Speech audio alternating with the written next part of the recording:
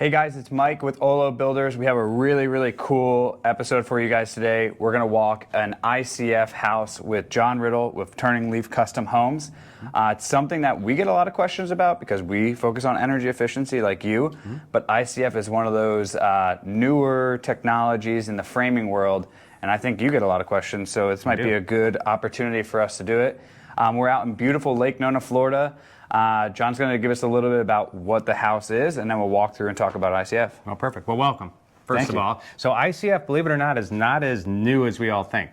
It actually came over to the United States in the late 1960s, but stayed up north. Really? So it was all for below-grade construction, just a much easier forming system for a solid concrete wall for basements.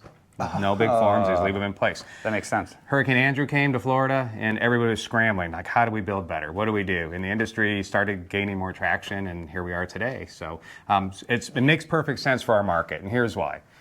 Not only do we have a solid concrete wall, which I'll show you, but we have a fully insulated solid concrete wall. So today it's easily 100 degrees out here. And as we've been walking around, kind of walking through the home, it's not 100 degrees inside this home, and I have no insulation other than the ICF in right now. So today, the house is in what we'll call this a second phase of construction. So we've gone through all the foundation work, we obviously have all the walls up, and now we're finishing out the interior with our rough framing and the mechanical and electrical and plumbing. So I thought it'd be a good opportunity to show you how that integrates with the ICF walls. Yeah, and I think after this we're going to go to another project and actually see some of the blocks and get to see the full construction of it. This is on that second phase, like you said, it's already finished. Right. So before we go inside, we'll look right here. So this is the blocks stacked up.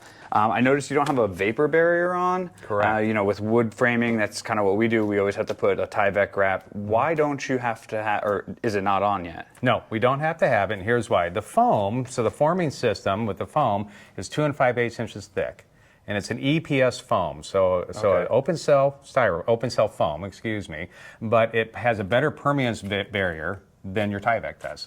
Okay. So water does not get through the foam. And then again, if you can imagine, behind 2 5/8 inches of foam, I now have 6 inches of concrete with no mortar joints, no air gaps, no voids. So now water still can't get through. And the inside, as we'll see, I have another 2 5/8 inches of foam. And so on this, where I know in like a lot of colder climates, they'll do outside of the framing, they'll put a piece of closed cell foam up against it, where now you have open cell foam on the outside, your structural concrete on the inside, and then you have another layer of open cell on the inside. So that's your insulation on the inside there. All in one building step. All in one building I don't step. bring multiple trades back. This all happens with one system. And then before we started filming, we were talking about, you get a lot of conversations about, you know, how is it structurally sound? So can you kind of explain to us, and maybe we'll go over it again when we get to the next place, but how many stacks of blocks do you put up, and how do you make sure that you have continuous pour and you don't have any air gaps in there? Right. So the blocks themselves are 16 inches tall. You can see the seams right here. All right. So they come in formed corners, 90 and 45, and straight pieces. So the straight forms are 48 inches long by 16 inches tall. So we stack them. You and I probably did the same thing as Lego blocks. Yeah. Just like big old Lego blocks at that point. While we're stacking them, we're then placing the horizontal steel reinforcement, or the rebar. And there's holders inside the foam that holds the rebar in place. Okay. So depending upon the engineering, we either go every course, horizontal rebar, or every other course. It just depends upon the load or the compression on there. When we stack the foam all the way up to get to wall height, you can see up here we're at 13 or 12 feet. We then drop a down rod down, another piece of rebar, to lap the dowel that's coming out of the foundation. Okay. And that becomes your lapped vertical steel in place. Okay. So now I've got my form set up ready for concrete. I've got my structural support with the rebar already in place inside the cavity. And then when we pour the concrete, it's all done in one continuous pour, which helps eliminate any of that chance of a cold joint or any other type of void into the wall system. So we pour from the top. We have our own bracing system, which is critically important to any ICF job, because the bracing system, when we attach it, keeps the wall plumb, keeps it straight, and it provides an OSHA-compliant scaffold for our team. So they pump the concrete down. We only go 2 courses at a time. And the reason we do that is to get proper consolidation of the concrete and to relieve the outward pressure. So when we place the concrete in, there's a lot of pressure in this foam. Yeah. The first one here. We'll travel the length of the building all the way around the perimeter till we come back to the starting point. By the time we get back to this point, it's set up just enough where another 2 courses of concrete is placed on there. So now, instead of pushing down and out, it's now pushing up. Okay. So we're relieving pressure here. We continue to do that, and while we're doing it, we're vibrating. Okay. So we have compaction tools that vibrate the outside, get it nice and consolidated, and we get to up to close to about 4 feet down, then we'll start putting a snake vibrator down just to get the concrete on top. Okay. And then, so when you have your vertical dowels and your horizontals, are you tying them together? Yeah. Okay. So yeah, you got a J-bolt coming out of this, and Just a dowel sticking up from Okay. our footer. Okay. And here's the cool thing about ICF compared to masonry. Actually, we have it right here. Yeah. So anytime you see masonry, right, you see these inspection ports. Yep. And that's because the inspector wants to make sure that that dowel is tied into that vertical in this Correct. grouted cell, right? With an ICF, the way the ICF is set up with the rebar inside the cavity, there's limited deflection. So that vertical bar that we drop down does not deflect more than 2 inches off the dowel. So I don't have to tie it, which is the whole purpose of this port. Correct. Yeah. So they can see it. So I do tie my horizontals to the vertical, which is easy. We just use plastic zip ties and tie them all the way up. And so from an inspection standpoint, how, I mean, I know how hard it is to get like sheathing inspections Yeah. and stuff like that on our side. Are inspectors up to code on this? Do they They understand are it? now. We've been doing it Okay. here since 2009. Wow. So we're really good with educating the inspectors. My crew leader who builds the ICF walls for us is fantastic about meeting with the inspector if they don't know what ICF is, and that happens. But their inspection for us is a lentil inspection. Oh, okay. So he comes and he walks the scaffold, he looks down, he's looking at the steel. We spray paint the dowel bright orange so that he can see down there, he or she can see down in there and see it, and they'll be able to tell the lap at that point. Wow. Okay. So it's really you really only have one inspection on framing. That's correct. That's amazing. Yeah, that's correct. Let's go inside. All right. And let's talk about one thing that I know that you said was important as well.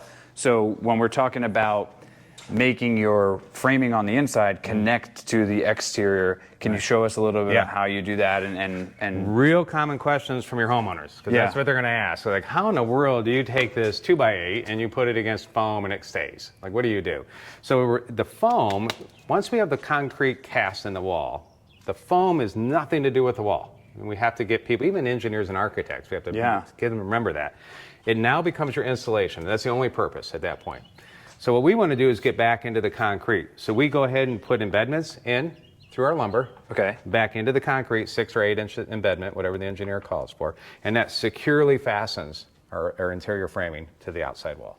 Wow. And you can see on this corner here, it's just another Simpson part number that you're putting in. Yeah, we just got strapping in, which is all, any type of framing is required. course. There's really, once we get to this point, there's nothing different at all from how you build and I build. There really Yeah. isn't anything different other than my exterior wall already has insulation.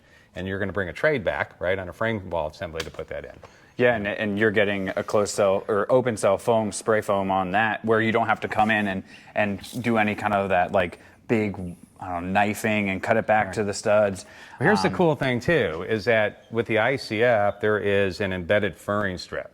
So Yeah. Remember I told you there's multiple steps in this one forming system? I don't fur out. So when you see a masonry wall, they come and put furring strips in, right? And then they go ahead and put their insulation, and then they put their vapor barrier, and then they put their sheetrock. So mine is all in one. So the next step, once we have all of our MEPs done, is my sheetrock guys, which by the way, they love this. They're gonna come in and put a board right up. Every 8 inches is an embedded furring strip. Oh yeah, hey Kaylee, show that. So you're going direct drywall to this. Direct drywall. And that's gonna that's your connection point. It's solid, right? On a furred out wall, right? You have hollow gaps, right? This is solid. Again, 2 5/8 inches of foam insulation. They use their normal coarse threaded screw, no different screw for anything, just a 1/4 inch longer. Because again, they have to get through the 1/2 inch of sheetrock and into the hair. And on this ICF, this brand, and we haven't even talked about this, but there's multiple brands of ICF. They identify where their furring strip is with their name, Fox Blocks. And it goes from the bottom all the way to the top in a perfectly straight line. Wow, and you can see it here where they sprayed the Boracare on it. Yeah, very you can see clearly. where it's showing up here. Yeah. if we talk quickly about this, so when I know you said a lot of people ask about MEP, like cutting out the foam. Yeah. So you just cut into the foam just like you're running through any other standard MEP, just like you're running your electrical here. Yeah. You're just running it through the foam. And it takes a little bit of education for your trades, because again, they'll walk in, they'll look at it and like, well, what do we do? Yeah. How are we going to get our wiring in here? Once they understand it, it's so easy. So the best way to do it is with a tool called a hot knife, which is really just an electrified wire. Yeah. And you stick it in the foam, and you can see they did it here, how nice and clean that cut is right there, and it just literally melts it away, and you pull the channel of foam out. Oh, wow. Sometimes you'll see that they like to use the back end of a claw hammer. It makes a mess all over the place. But again, the wall is structurally sound. The foam has nothing to do with it now. Yeah, because you have your poured concrete right here. Right. So they're just trying to clear a path to get their wiring in place. Another common question we have from homeowners, well, two of them on this, is like, how do I hang pictures? Yep. People are like, I'm freaking out, I can't find a stud, how do I hang a picture? And how do I make sure I don't go through a wire?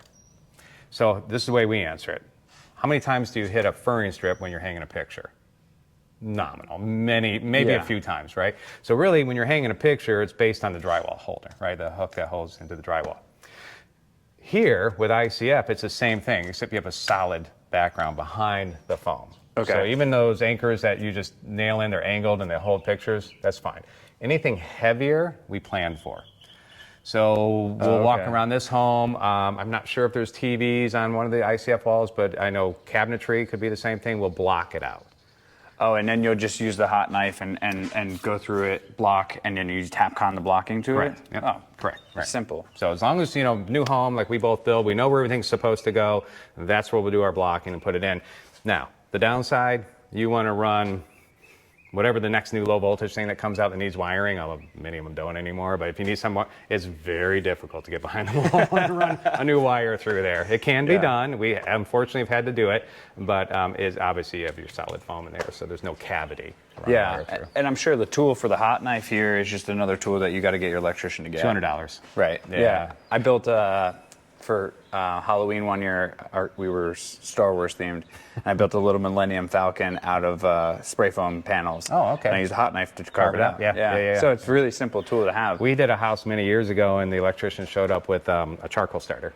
Oh. And it was thick, though, and he was like cutting a lot away, in that, but it worked. Yeah. So anything heated would work. So let's walk around and see if there's anything. I mean, you can see really it.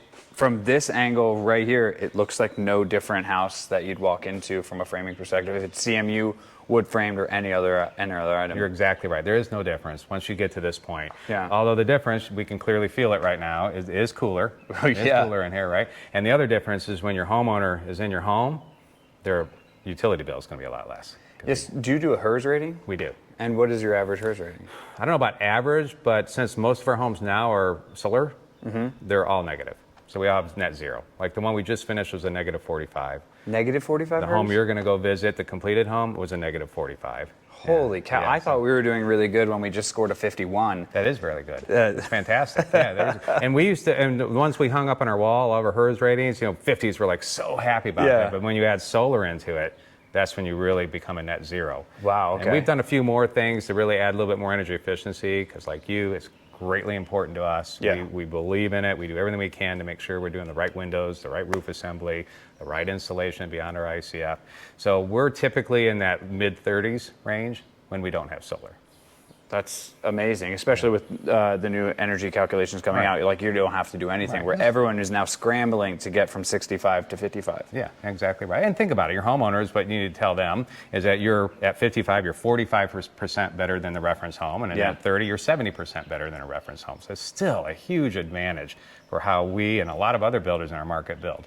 Yeah, absolutely. Let's go through.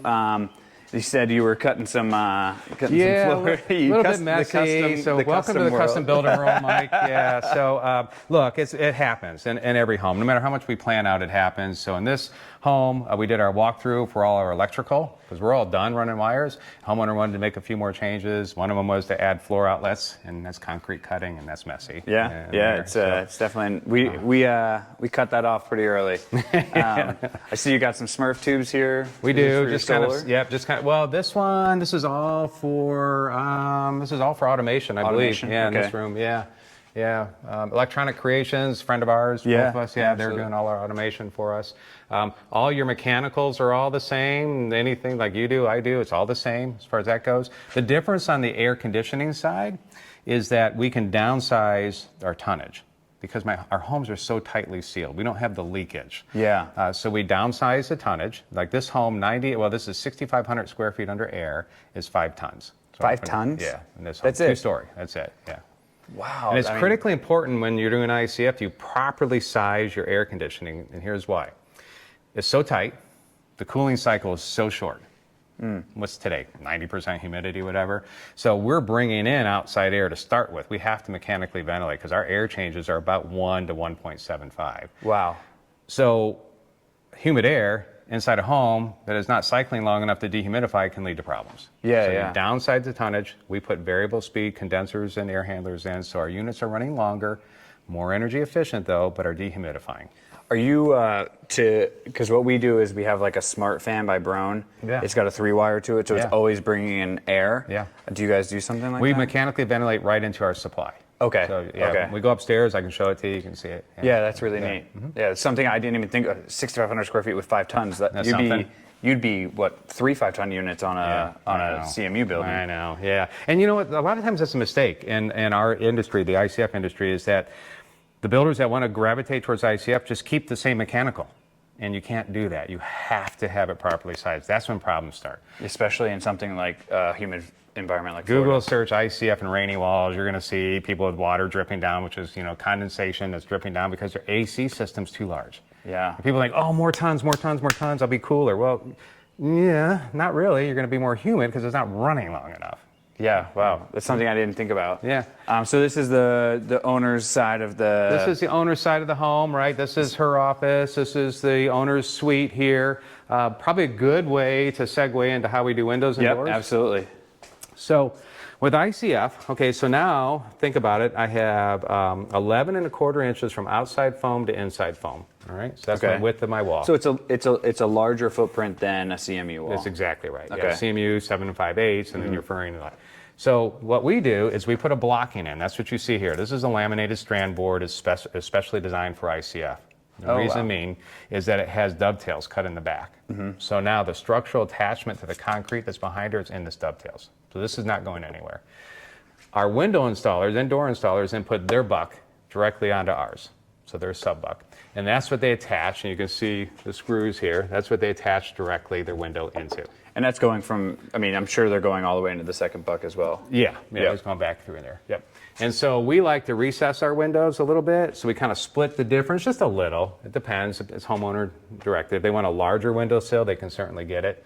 If they want to be flush out to the outside, we can certainly do that too. So you could do a finned window on an ICF wall? Yep. How would because you? I have the buck. Right. So you're just screwing into your buck. That's correct. And then you're installing just like a regular finned window. Correct. Yep. Wow. And then so you're using double pane windows. We do. These are Sierra Pacific. We've started putting them on nearly all of our homes. We do Anderson, Sierra Pacific, Colby. Love them. We love the Sierra Pacific model. It's got a lot of choices for our homeowners. It's all energy efficient, which is big for us.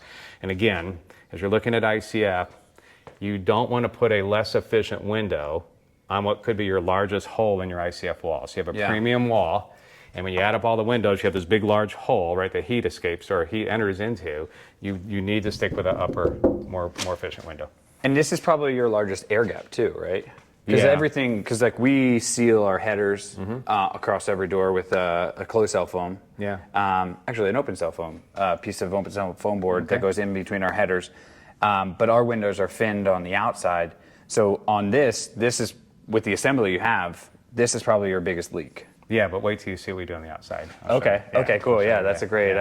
So owner suite. They got their suite. bathroom back here. Yeah, they've got a large closet. bathroom. Everybody loves large closets, right? So that's a Is large there a closet. purpose of the soffit here? Yeah, just vanity driven, all cabinetry. Oh, okay. Yeah. just Okay. all by design on this home.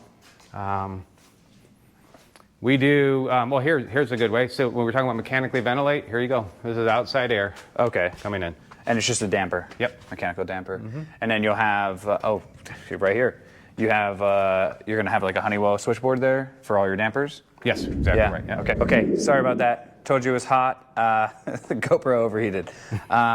So we were talking about windows. Yeah. Well, we were talking about the mechanicals in there. Oh, And yeah. I think we'll start. We can show something upstairs because that room that you just showed Pretty us cool, while we right? were cooling Yeah. the camera down was Yeah. really cool. So window detail outside. Okay, inside you saw, and you were asking, you say, oh, that's a leak opportunity. You're 100% correct. So what we do on all of our openings, we use an R-guard, right? Okay. And we coat the openings. So here's the main reason. We want to seal dissimilar surfaces. So my foam to my wood, but then we run it all the way along the buck and wrap it around. Okay. So my window and door guys still do their normal flashing, but I've done this for them. This is part of what we do for them. Okay. Again, just like you, we don't want any water coming in. Yeah. So I would rather take every step possible to make sure that's not going to happen. Yeah, and I can see now when you talk about insetting that window a little bit, recessing it, it's so much more visible here because from the outside, obviously, it looks like it's sitting flush, but Yeah. this detail is really, really beautiful. It gives it a lot of character. It does. Presence. Yeah, that's a good point. Yeah. Yeah. So this will be their summer kitchen area. There'll be a lot of time that they're going to spend out here. You can see that. So you use a lot of zip on your exterior A lot with of this wood zip. frame? It's the only sheathing we do. Really? Yeah, that's it. You trust your framer a lot, I guess. You have to, right? You have to do that. Yeah, we like it because obviously we tape the seams. It's got a water-resistant barrier already on it, built right into it. So we're very happy with the Huber product. I haven't found a framer that I trust yet, so Okay. we're doing OSB with house wrap. So we were talking quickly about this door too. Beautiful PGT slider. We use PGT slider. Actually, we use MI and then PGT sliders. But this detail is amazing. Isn't that cool? So Yeah. again, we were inside. The $1 million view is right in front of us here. So we'd rather not have any panels somewhat interrupt that. Yeah. So all we did is we just created a pocket, and they'll be hidden right back here. So when they slide the doors, comes right through it here. They're gone. Same thing over there. Same thing So they over really get. And I was just going to ask. Beautiful detail here. You furred everything out. I'm guessing you're doing some Rolled phantom down screen. screens. Yep. Yeah, look Yep. at that. That's awesome. Yeah. The pool's obviously just now framed out, so they're going to have a really, really nice backyard. I mean, it's their forever home. Yeah. It's, right on the lake. They'll build a dock. Yep. We're sitting on about 2 acres here. Okay. Just at 2 acres, I believe, is what it is. So. Wow. I mean, the detail that goes into it. Do you spray foam this deck too? Yes. Oh, okay. Yeah, I don't want heat coming down, and they're outside most of the time anyway. So. Yeah. And then we were talking, so you got some pre-wire for speakers, you got your fan combo, your fans laid out, Yep. Halo cans. They're going to do like a flush trim on that or something? Exactly right. Yeah. Yeah. Wow. Yeah, we do the Hardy flat panel for all of our ceiling decks. So, Okay. And I think this house, I'm not real sure of the final design. It might also be TNG. I'm not sure. Okay. Yeah, on there. Yeah. Okay. Yeah, we haven't done the Hardy. We do mostly vinyl soffits. Yeah. I mean, our price point's much different. Yeah. So, Yeah, soffits for us are important on our home. We have a sealed attic, right, because of the spray foam that's inside there. So we want to make sure that our soffits are sealed, obviously. There's no ventilation that blows through the attic in our homes. yeah, let's quickly go upstairs. Okay. I want to show them a couple things I noticed up there. One thing as we're going, you can see everything's bore-cared. And we talked about this briefly over here, but so it's okay to bore-care the... Doesn't impact the foam at all, Yeah. right? And it's not really a pest. Pests aren't going to... No, the foam is not a food source, right? And that's the other thing, too. When you're talking to your customers, they're going to go on Google. They're going to do whatever they do on internet. Yeah. Everybody's Google smart. And they're going to say, oh, well, termites eat that. They don't eat it. They tunnel through it. And that's it's important to know. So from an ICF home, we have to do everything possible to block subterranean termites. They're here. It's not like we're going to build on a lot that they're not there. Yeah. So when we do the slab spray, like everybody does, but then we do the BoraCare, right, so interior wood, and then we do the baiting system outside. Like a TAX. Exactly. Okay. No, not a TAX, so like a Centricon. Oh, so the Centricon. green, Yeah. Yeah. So that way, Massey Surfaces, that's all of our termite, they'll see if there's activity, which is also poisonous there. They'll know, then they'll start really looking at the house, the perimeter of the house, say, what's going on here? Where is there a mound someplace that we weren't aware of? And then they'll exterminate it at that point. Wow, that's pretty amazing. But they don't eat the foam. They tunnel through it. Right, exactly right. So you just, at their mound, you find a bunch of... Anybody tells you pieces that of they've foam. seen a video of a woodpecker eating the wall or a squirrel, whatever. You can't leave the foam exposed. Is another important thing. Okay. So on the exterior side, this home will be stucco and siding. Okay. And stone. On the interior, all drywall, but we have to cover all the foam all the way up.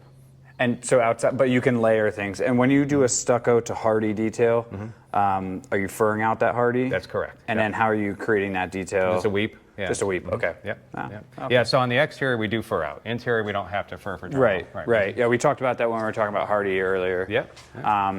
And This is probably something to look at too. So Kaylee, so what they did here is that there's a point load on this wall coming from the second level. So the engineer needed additional concrete to make up for that strength. So instead of 6 inches of concrete, which is behind this foam, he needed 8. Okay. So he needed more rebar. There's a column of rebar inside there. So we cut away the foam, form it like you do any other conventional forming, pour the concrete, which is all part of this wall system, pull the form out, and there you go. Wow. And when you cut out the foam, is your framer doing that, or is that something? No, our ICF installers. Our ICF guys are. So that detail will be on the plan so that they know where to cut that out. The beauty of it is we own the ICF installation company. Right. So you're doing that. Works yourself. out well for us. I mean, So clearly a 2-story home, master downstairs. We didn't even talk about multi-generational living, but in a home this size, they're able to do that. Yep. So his father will be living with them, which they love. Anything else? There's no window here because drywall load in. Yeah, well, you can see the double buck really clear here as well. Yeah. So you can see they're just nailing it in, and then your window will sit here, and you can even see on it that you have your water barrier already started there. But yeah, drywall, you got to get it in somehow. Yep, that's always fun. So the beauty about the second level, we don't have to walk all the way down there, but every room on the second level faces the lake. So an architect really took a lot of time, homeowner driven. They wanted the views. Yeah. So very nice, really cool. And then the whole second floor, your standard is always spray foam. It is. So everything up here will get sprayed. And then you said you do another termite treatment on the ceiling there. Yeah, so Massey has this Pest Prevention Plus, right? So they can treat the whole house. When they warranty it, there's no spray foam. It's for the typical vented attic. Yep. Because they're looking for flying termites to come in. We believe, let's do the prevention. Even though they won't warranty it, let me get the prevention up there. Then I put my spray foam. I feel much better that I know I have a preventative there. Yeah, Nothing at all. absolutely. Yeah. I mean, just for how little of a cost it is, it's such a great piece Worth of every mind. penny. Yeah. Can we quickly talk, because I saw this. So a lot of people on the second floor will just do a standard fiberglass pan, including ourselves. Yep. When you're designing something like this, are you getting that put into the truss design? That's exactly right. Okay. Yeah, so it's in the truss. What you see here with the vinyl is just to get through the plumbing rough-in inspection, Right. hold water. This will come out, and we use the Schluter systems in all of our bathrooms. Oh, so you're just putting this in for the water hold, and then it comes out, and then you're going to fully Schluter everything. All orange. Yeah, The whole thing will be orange, yeah. Wow. Again, don't want to come back for warranty calls. Everything that we can possibly do to stop water or have any type of water leakage, we're going to do it. Yeah, that's a really cool detail. I've rarely seen something like that where, like, for us, that would be a really neat thing to add. Well, and two, think about it too. Everybody wants accessible, right? So we Yeah. don't have to worry about a curb. So, I mean, look, this might be, it's a child's room now. The child goes to college. This could be an aunt that comes over that's in her 70s, and you know that you want to have some type of accessibility. And it's standard on our homes. We just don't do curbs anymore. Yeah, I mean, even just like the valve placement right next to what is going to be your inset for your niche. Yeah. Yeah. Then Sorry. Of course, the heads, over here, and then yeah. Is it 2 shower heads? Yeah, handheld, and then Oh, wall. handheld. Okay. Mhm. Yeah, absolutely. Vent box that going out, and that's vented straight out. Straight out, Yeah. It goes out through the soffit. The other thing is that you notice, Kaylee, let me see, right above you, Kaylee, you can see the duct right up here for the AC. So during construction, Mike, is that we cover all of our ducts. Because I don't want wasps. We've seen a few wasps flying around here. I don't want them building, nests up there. Certainly mud daubers. I don't want any other type of pest or squirrels or anything up in there. And most importantly, when we do drywall, I don't want all that drywall dust up there. And so is that something that you told your AC contractor? Hey, this is part of your scope of work? It is. Talking Yeah, about there wasps. goes a There goes a There wasp. goes. He can't get in there. That's his problem. Yeah. But our green rating on all of our homes, that is essential with your green rating too. They want to see those ducts covered during construction. Okay, Again, cool. keep down debris to keep the interior environmental quality important. And your HERS rater is going to look for that. Hers is really going to look more about leakage in the home. Okay. Than anything else. Now, this is all just my green rating. Okay. But important to us. And you'll be surprised how important it is to homeowners when you show I mean, if you show that, that's like one of those details that makes you hugely different. And cost, I mean, it might add $100. I don't know what my AC guy charges me, but I've been known to get up there and do them myself anyways. If they're not in time, I mean, how hard it is to cut a piece of plenum to stick up there. Yeah, and there's always some left over. So this is super cool. So This here, is their workout room. Workout room here. With their own beautiful patio, looking at that lake. I mean, come on, that view. work out. You can't not be motivated to do something like that. Well, I'd be motivated to sit and watch out there as the sun rises, but yeah, it's going to be something else for them. Yeah. Yeah, beautiful. I mean, we talked through the waterproofing. You can see your vents, or your drains already put in. I think this is the single most difficult thing to do in Florida is waterproof a deck. I agree. 100%. Yeah, we take a lot of effort into it. There's some money that's spent towards that, but again, we believe it's worth every penny spent. 100%. In there, yeah. So as we walk in, this is something I really wanted to show you. Yeah. So we got the truss design back, and I don't know if we filmed the outside yet, but high pitch roofs, right? Yep. So we had a lot of room up there. So when we got the truss design back, my partner, our general contractor in our company, he took a look at it and said, "Wait a minute, this is perfect for storage space." And Kaylee, I don't know if you can catch that or if you can even see that. So a huge storage space that our homeowners absolutely love. So this will be more mechanical. So again, insulated ceiling deck, okay? Oh, spray this as well. Spray this as well. So my air handler is in a conditioned insulated space. And here's why it's conditioned. We use the hybrid water heaters. So this home has solar. So essentially I have free electricity. So it's electric water heater. It's literally got a heat exchanger that sits on top of it. It takes the hot air out of the room, heats the water with it, and then during that process, it exhausts cold air. So this room will have cool, conditioned air every time that water heater is working. Yeah, I just did a hybrid water heater at my friend's, and his garage is like significantly cooler. Pretty cool, isn't it? Yeah, it's an amazing. I mean, and to put it in this, now you have conditioned space. Yeah, yeah. I mean, this is one of those features that only your builder will bring to you, because they're going to be like, look at all the space in the trusses. Everyone else would let it go. Yeah, like it's hot up here. I don't want to be up here, but yeah, I mean, Look at how big this is. What? How many square feet do you think this is? I don't know. That's a good question. Let's see, 4. So we're 12 across and whatever we are long. So This is 500 square feet, maybe? Yeah, Something easily. like that. Yeah, yeah. So much space for storage. I mean, eventually you could have. I was saying theater because that's like my dream. Is it? Yeah. Well, if you're a for sure. Step Brothers movie fan, Yeah. so much room for activity.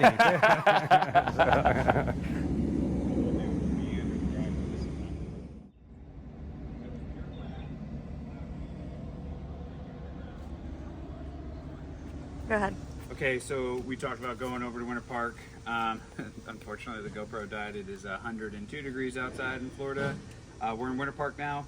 This house is fine. You're going to pour tomorrow at 8 a.m. 8 a.m. tomorrow, Yeah. So here we get to see the ICF blocks, actually what it comes in them. And I guess this is the furring strip that goes to the outside. Yeah. Again, multi-purpose, right? We're talking about the different functions. So two panels of foam, and these, we call them web ties. There's black plastic in here.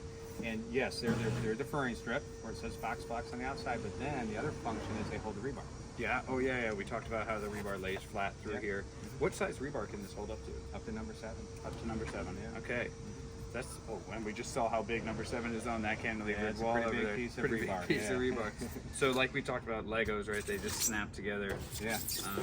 And the cool thing is when you snap it together, you know, we were talking about water intrusion before, and what happens with ICF is when they snap together, there are these dams that sit on here. So you got a positive and a negative. That's what, like the Lego connection here. But that also creates a water dam, right? So this is all solid then once it's all put together. So water doesn't come through the seam.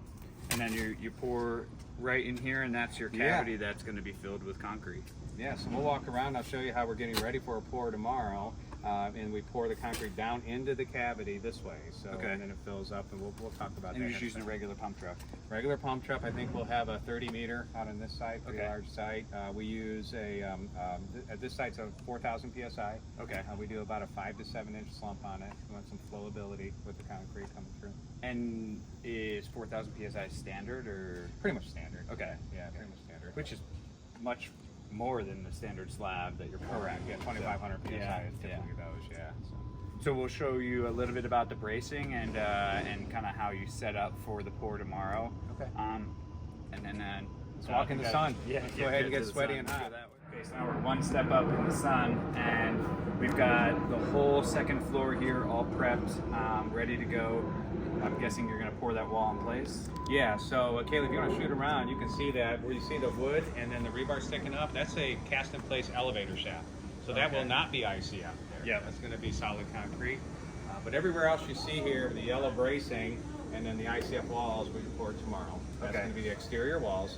And then on this home, specifically because of design, there's a solid concrete roof. Yeah, which is not that we've talked about. It's not very typical in our world here. So you got all your bracing. Yeah, so here's another important step for ICF, and this is what you want to watch out for, right? So there's, you want to get away from the back of the truck ICF installer. They're just going to use some lumber and hopefully to get it plumb and straight. We've invested in the equipment, so this is specifically designed for ICF walls. This is an adjustable kicker here, and the wings out here allow our guys to rotate it, which pushes or pulls against this strong back, which is attached to the ICF wall. And this keeps the wall plumb.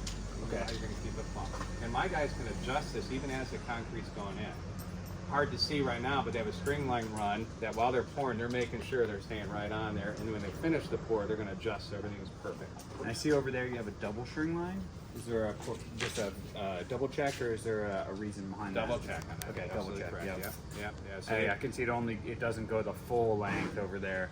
Yeah. It's yellow and very sunny, so it'll be very hard for you Very hard guys to see that one there. So what will happen here on the assembly here is we have the kicker, we have the strong back, and we have the outrigger. And the outriggers are very important because when we place concrete on ICF walls, we're pumping from the top down. Yep. We talked earlier, we're going about every 2 courses, and then we keep rotating around the structure and come back to where we start. And it sets up just enough, we keep going and keep going. So we have to go from the top down. So the next step on here will be rails that they set up. So then we have an OSHA compliant scaffold system. Again, safety is so critically important on this. So our guys can walk through here, place the concrete down, vibrate as they go. We're talking about, you can hear how it's hollow now. Yep. When the concrete gets into the cavity, it's a whole different sound. Literally yell out how high they are, so the guy running the pump will know exactly where he's at. And I love that there's some detail on this wall right here. You can see they've got their block count laid out here. 2, 5, 6, 7. So you can see they're planning for it. What is this 3 3/8? I don't know. When I put that there. Yeah. But it's neat. I mean, it's a great. You and I both know everyone uses the walls for a marker. Everything. Yeah. So the funny thing is, our homeowners don't realize behind that wall and the drywall, there's so much written on that wall. Well, I love walking out here. I don't love it, I should say. And I'll see screws stuck in the foam. They think it's fun. They put screws in there, but yeah. And this is how they hold the buck in place. We talked about the pre-buck, which is that laminated strand board we were talking about the other one. So it's just simply braced, held off with a screw, back into a web tie, and that holds the buck in place as the concrete's coming in. Yeah, you can see right here that these 2 screws line up with that Fox logo. So Fox Blocks logo. Fox logo, yeah. So it's really important that the wall is braced properly. And when you go online and read about problems with ICF, it's all about the installer. It's never about the block. Yeah. So it's always about the installer. They don't have the right bracing. They don't know how to use the bracing. They're trying to be a cowboy and pour 12 feet of concrete in one small area. You can't do that. So it's always the bracing, never the problem. And so when this is actually a really good example of something. So we have this big stand. I'm guessing there's some doors that are going to go here. Yeah.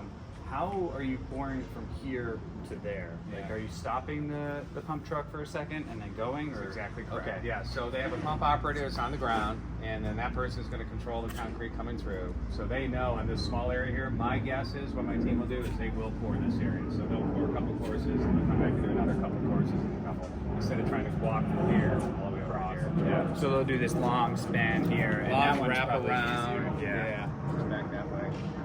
It is amazing when you watch them place concrete about how skilled they are about doing it. How skilled the pump operator is about operating. I mean, we're talking, 90 feet in the air, it's coming up, being pumped up and coming down, and the force that's behind it, and the ability to keep it in the cavity. I mean, on this system, it's an 8-inch wide, so a little bit more room to put in the cavity. But keeping it in the cavity and then keeping it flowing properly, it's really a skilled career. All right, guys, so that was a little bit of an overview of ICF and some of the projects that Turning Leaf Custom Homes works on. I think it's a really neat option for a super energy efficient home.